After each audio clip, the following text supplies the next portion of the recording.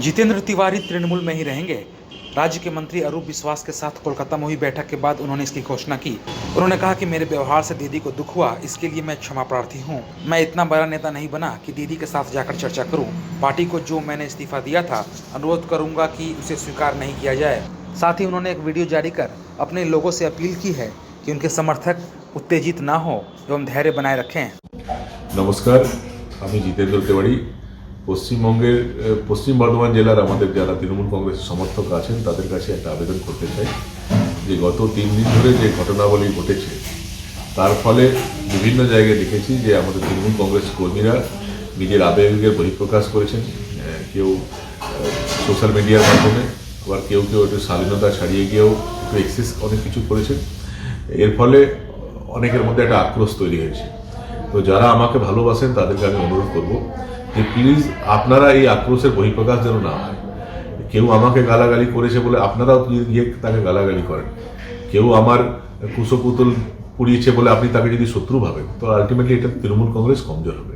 তো আমি যারা আমাকে ভালোবাসেন, যারা আমাকে স্নেহ করেন, তাদের কাছে আমি রিকোয়েস্ট করব যে দলের স্বার্থে, যেহেতু আমি মমতা বন্দ্যোপাধ্যায়কে ভালোবাসি, আপনারা দিদিকে ভালোবাসেন, দলের স্বার্থে, দলকে মজবুত করার স্বার্থে এবং আমাদের এই পশ্চিম বর্ধমান জেলায় নিজেদের মধ্যে যেন বিভাজন না হোক, এটা মাথায় রেখে প্লিজ কেউ কোনো বদলার মনোভাব নিয়ে কারোর সঙ্গে কোনো ব্যবহার করবেন না। যারা যেটা করেছেন কোনো অসুবিধা নেই, তারা এটা আমাদেরকে ভুলে যেতে হবে।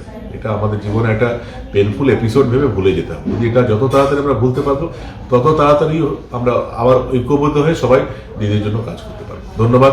প্লিজ কারোর সঙ্গে কোনো ঝামেলায় জড়াবেন না, কাউকে কোনো কটূক্তি করবেন না। যারা কটূক্তি করেছে তারাও হয়তো তাদের আবেগের বহিঃপ্রকাশ হয়েছে, সব ভুলে যান। প্লিজ এটা মনে রাখবেন।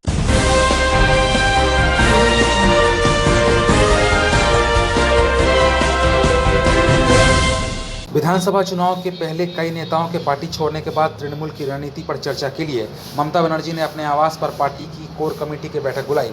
तृणमूल कोर कमेटी की बैठक में चुनावी रणनीतिकार प्रशांत किशोर के अलावा अभिषेक बनर्जी, सुब्रत बख्शी, फिरहाद हकीम, पार्थ चटर्जी व अरूप विश्वास मौजूद थे।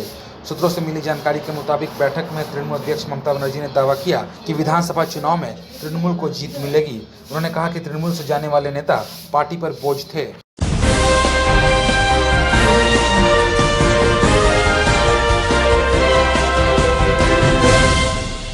राज्य के 3 आईपीएस अधिकारियों को केंद्रीय प्रतिनियुक्ति पर भेजने के फैसले को लेकर पश्चिम बंगाल सरकार और केंद्र सरकार के बीच तकरार बढ़ गई है।